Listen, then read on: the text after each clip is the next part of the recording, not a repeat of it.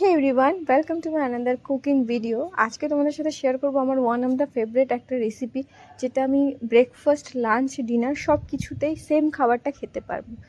তো চলো তোমাদের সাথে শেয়ার করে এটা বানাতে কি কি লাগছে। এখানে লাগছে লেটুস পাতা, ক্যাপসিকাম, গাজর আর সুইট কর্ন। আর এখানে আমি দেখো সিদ্ধ একটা ডিম নিয়েছিলাম, কিন্তু পরে ভেবেছি না দেবো না। এখানে আমি চিকেনটাকে ম্যারিনেট করে রেখেছি লেবুর রস আর ব্ল্যাক পেপার দিয়ে, জাস্ট আধ ঘন্টা আগে, যাতে খুব কম সময়ে রান্নাটা হয়ে যায়। তো এবার বলে রাখি, সমস্ত জিনিস কেটে ভালো করে ধুয়ে একটু গরম জলে তোমরা ভাপিয়ে নিতে পারো, নাও নিতে পারো। আমার একটু তাড়া ছিল বলে আমি ভাপিয়ে নিই।